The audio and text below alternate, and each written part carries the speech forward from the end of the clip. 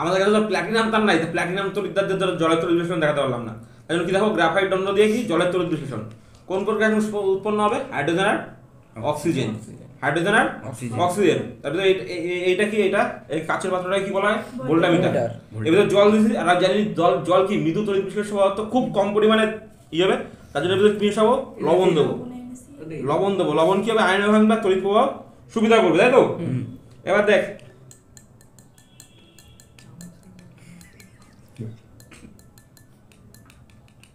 এটা বলতে থাকো, তাহলে কি এটা তড়িৎ বিশ্লেষ্য পদার্থ নিয়েছি। আর এই পাশে আর এটা জানি কি ধরনের কারেন্ট দিয়ে করতে হয়? এসি না ডিসি? এসি না ডিসি লাগে বল? ডাইরেক্ট কারেন্ট, মানে ডিসি কারেন্ট লাগে, তাই তো? এবার দেখ ডিসি কারেন্ট আমাদের বাড়িতে সব কারেন্ট সব এসি কারেন্ট, তার জন্য এখানে কি করবো? এই চার্জার দিয়ে আমার ফোনে চার্জ দিই, সেটা আবার কি কারেন্ট হয়? ডাইরেক্ট কারেন্ট হয়। তার জন্য কি চার্জারটা খুলে এখানে গ্রাফাইট ডাউনলোডও লাগিয়ে নিয়েছি। এই দেখ আমরা জানি যে এখানে হাইড্রোজেন আর অক্সিজেন গ্যাস বেরোবে, তা সেটা সংগ্রহ করবো কোথায়? এই টেস্ট টিউবের মধ্যে পুরো জল ভরে দিচ্ছি, এর উপরে আস্তে আস্তে আস্তে আস্তে কোন গ্যাস সংগ্রহ হবে? হাইড্রোজেন আর অক্সিজেন গ্যাস সংগ্রহিত হবে। তা আমি আস্তে আস্তে ক্যাথোড ট্রে দিয়ে দেবো এবং এই টেস্ট টিউবের মধ্যে আস্তে আস্তে রেখে দেবো।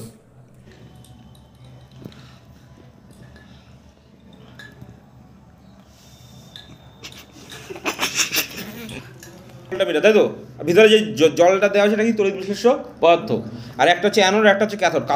কারোর আই থিঙ্ক যত সম্ভব ঋণাত্মক তড়িৎদ্বার, ঋণাত্মক প্রান্তের সাথে যুক্ত, তার জন্য ওকে বলা হয় ক্যাথোড, আর এটা ধনাত্মক প্রান্তের সাথে যুক্ত, তাকে বলা হয় অ্যানোড।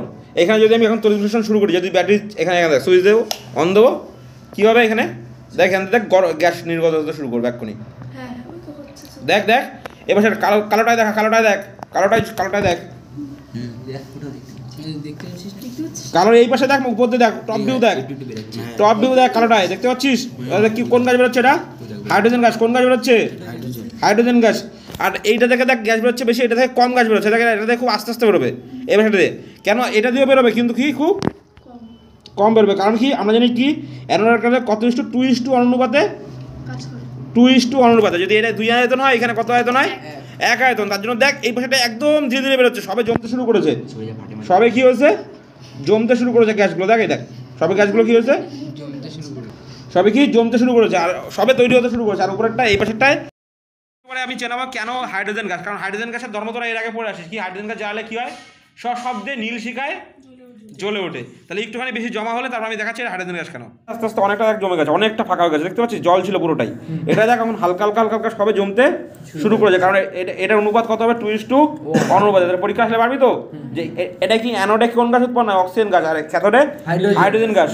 এখানে কত অনুপাতে? এখানে 1 অনুপাতে উৎপন্ন হলে এখানে 2 অনুপাতে উৎপন্ন হয়। ঠিক আছে? অনেক জায়গায় দেখি তাই হচ্ছে এক্সপেরিমেন্ট করার সময় আগুন জ্বলে, ওটা কোনগুলো? দেখ এর উপরে কোন গাছ আছে?